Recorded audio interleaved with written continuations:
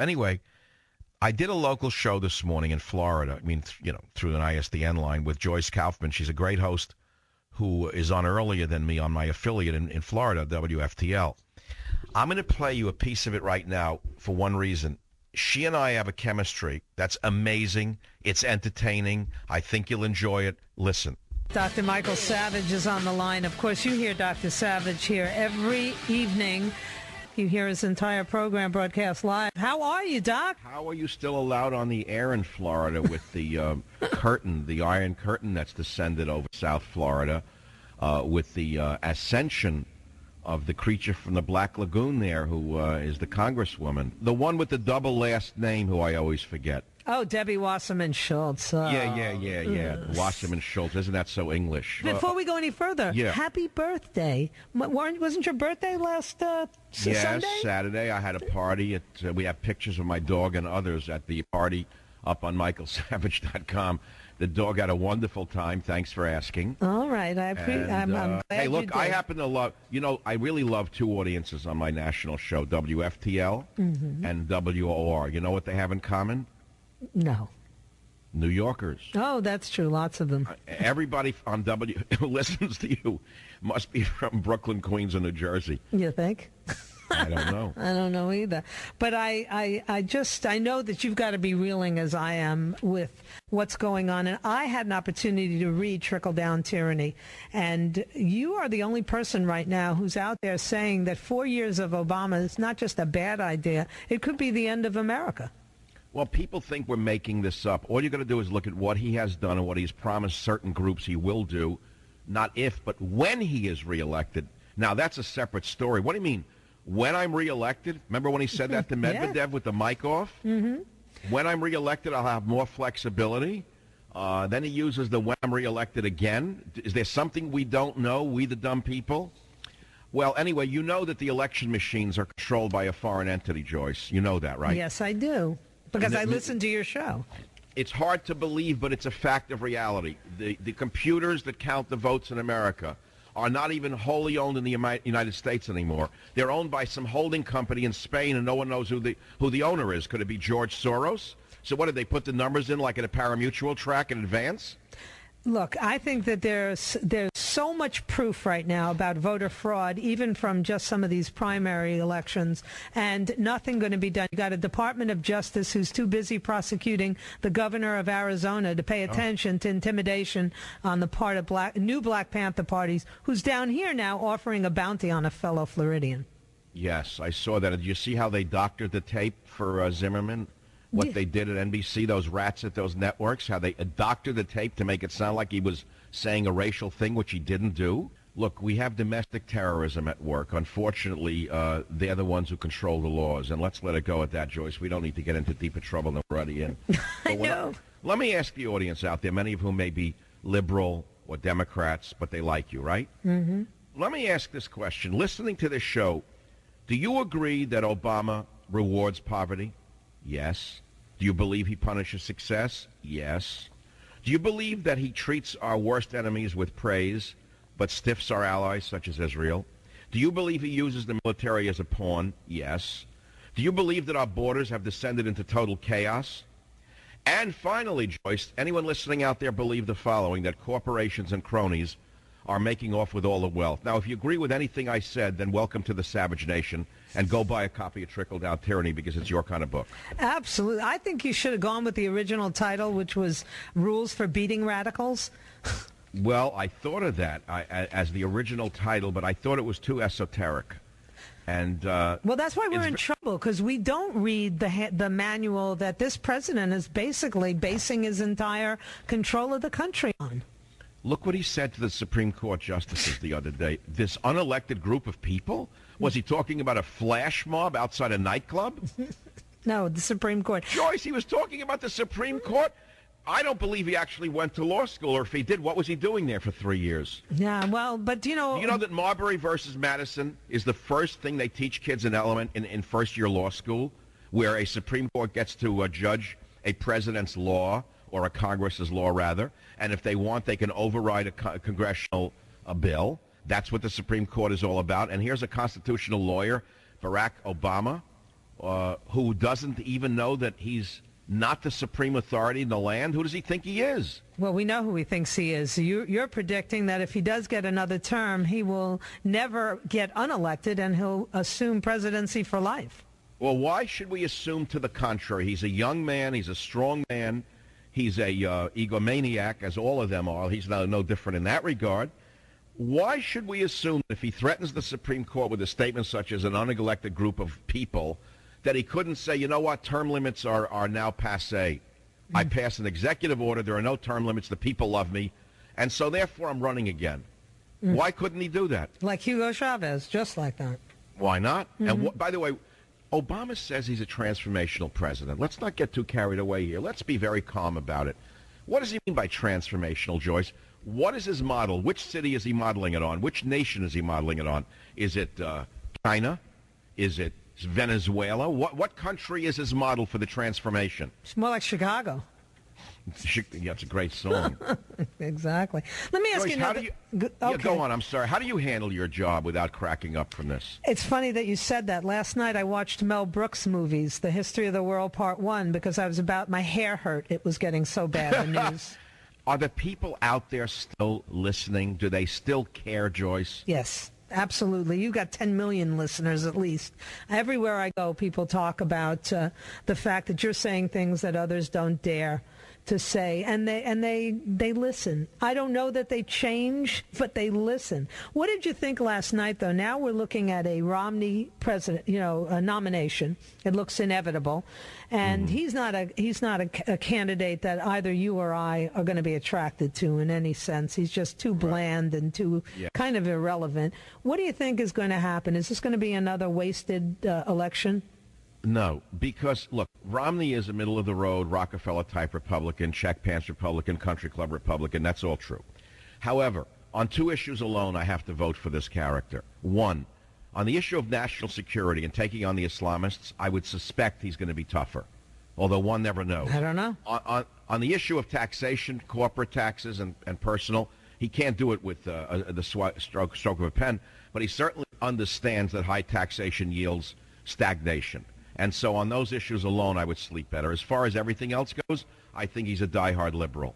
Yeah, that's my problem. His history and his record is clear. He'll take whatever position he thinks will get him elected. But again, what politician doesn't do that?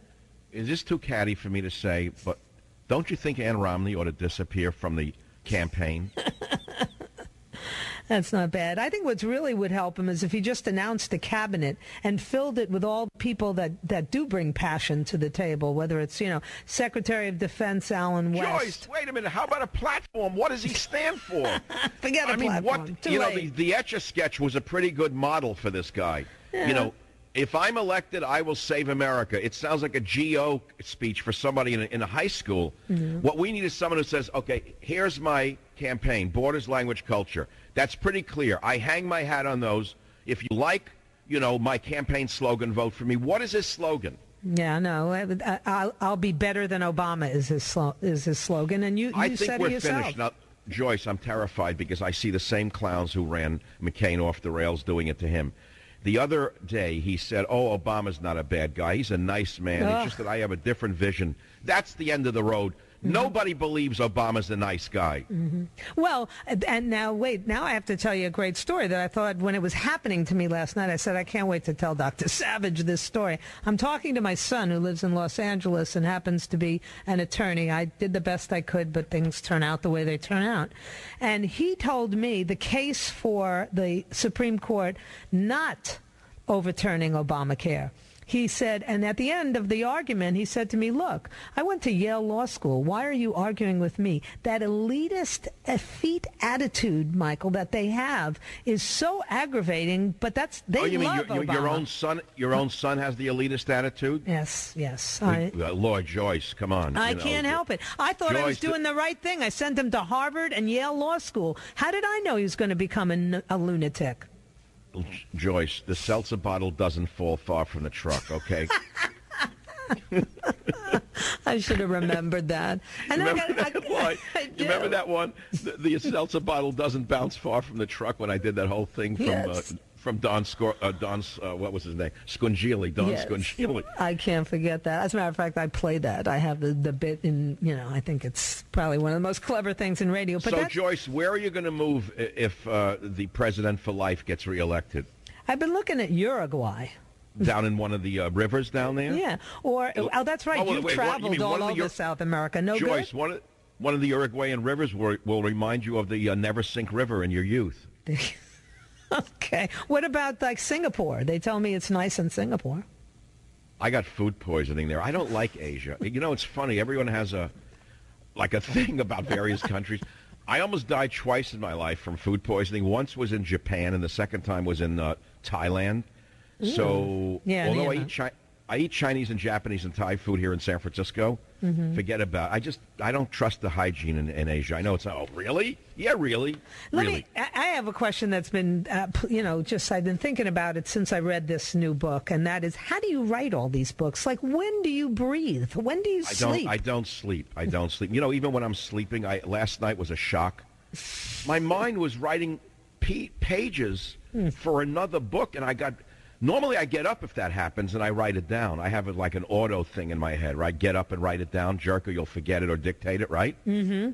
I was so tired last night from talking about the book Trickle Down Tyranny and trying to get people to go out to the bookstores and look at it, see what they think, that my mind, I just couldn't get up and do it. So I lost a chapter, in other words, by sleeping. Well, you need to write a sequel to Abuse of Power, because I think, I'm waiting for the movie, but in the meantime, I'm looking forward to the sequel. And your nonfiction books make my hair hurt because the news is also bad. Yeah, but that's it, Joyce. Let's take it from the side of the woman with the hyphenated name in South Florida, who makes my flesh crawl because she reminds me of all the relatives I ran away from in New York. It's a bad satyr. Oh, God. It's like a bad Santa. That's a good title unto itself. Joyce, why don't you tell your son to sell that as a film script, The Bad Satyr? All right, I'll do it. Who would play the rabbi? You. No, I'd be the liberal lawyer in the room. The one who went to Harvard. I'd play the opposite of me. Oh, that'd be classic, right? Just as a caricature. Yeah. Yes. I've got a daughter in San Francisco. My life has been completely turned upside down by the state you live in. Does she share your political views? No, she's a crazy physician, but at least she works in the VA hospital, so she tones down by respecting the men and women who serve in the military. Keeps her humble. No, you did great. You created 2 incredibly educated children. So, look, you can't have it all. So you got so their politics are the opposite of yours. But isn't that the way it works? It is, and they'll grow up, because how long is he going to pay the taxes in Los Angeles and get nothing for his money and not revolt? Is he married yet? He just got married on New Year's Eve. All right, 2 more years he'll be a conservative Republican. Amen. He went to college as a Republican. He was the kid for McCain on his campus many, many years ago at Harvard, the first time John McCain ran. I don't know what happened to him. Here's the thing. What do you call a liberal with 1 child? I don't know. Conservative. No. What do you call a liberal with 2 children? Ultra-conservative. Right-winger. What do you call a liberal with 3 children? Fascist. I mean, that's how it works. So, I love you. You're the best. So how's the book doing? I mean, it just came out, right? Like momentarily. Yesterday was the launch date. I just got a call from my nervous agent biting his nails. He said it sold so many copies the first day that it's probably going to make it into the top 5 on the NYT list next Tuesday. And we're competing with some of the most difficult books to crack. Because here's the thing, Joyce, is interesting. Liberals are loyal they're very loyal. Mm-hmm. If a host who's a very liberal person goes out and says, do this, do that, they do it. They're like robots. It's like Jell-O. Conservatives are cheap. They don't even want to buy a book anymore. Ugh. What do they want? Everything for nothing? Well, and the problem with you writing a book is that they do get 3 hours a day of your mind, and they think that they're sated by that. They don't realize that the book becomes a source of reference. I look at Trickle Down Tyranny. I'm going to be stealing lines for you for the next 2 years. Joyce, before you go, and I can hear already in the voice, an ad is coming. Hold on a minute. I hear already the pinched voice. I know already what's in the background, the clock. Right. But you have a long stop set here. No, I made it long. I'm going to get in trouble Joyce, for it. Mm-hmm. I'm going to read 1 line. Okay. Every author dreams of writing the one line that's remembered. Here's the first line of my book. Economies can be rebuilt, armies can be repopulated, but once a nation's pride is gone, it can almost never be restored. The loss of a nation's honor is something not even centuries can repair. The next president must love America. In other words, the next president must be the exact opposite of Barack Obama. Well, if you think that's Mitt Romney, I mean, we're screwed. Oh, my God. You hear? No. Well, let's spend a little time on Romney another time, Joyce. Yeah. But has he been on your show yet? Not in this election, in the last election. People tend to shy away from me. I'm kind of, toxic. You're caustic. You ask real questions. Exactly. Right. Did you see Michelle Obama was at Golden State Park over there by you and telling little kids that they should have their grandparents and great-grandparents, that they are wrong if they don't vote for Barack Obama? I saw the outfit she wore, and it frightened me. I mean, the outfit she wore with those spandex pants put a chill through my spine. I said, what has happened to this country that she would even dare wear something so undignified? That's really what it came down to. And you know what it is, Joyce? What? Barack Obama and Michelle Obama seem to think that they are above the law and they can do no wrong. They are absolutely arrogant. And as Lord Acton wrote, power corrupts, absolute power corrupts absolutely. And I think we're living through that. I think you're right. Well, I thank you for spending some time with us. When do you come to San Francisco to yell at your daughter? Well, not too long, because I found out that my daughter's finally going to make me a grandmother, so I'll probably be out there soon. She's liberal and she's getting married? She got married, yeah. She's liberal and lives in San Francisco, and I was afraid to ask if she got married? Yes, she got married. She did it all in the right order. Well, maybe he's not as left-wing as she is. It's interesting. I'll tell you about it one day. Uh-oh, I heard already. Okay, give me a call when you come out here. I'll take you to some great Chinese food that's hygienically pure. All right, you got it. Thank you. Dr. Michael Savage, and the book is Trickle-Down Tyranny, Crushing Obama's Dream of the Socialist States of America, a must-have for everybody.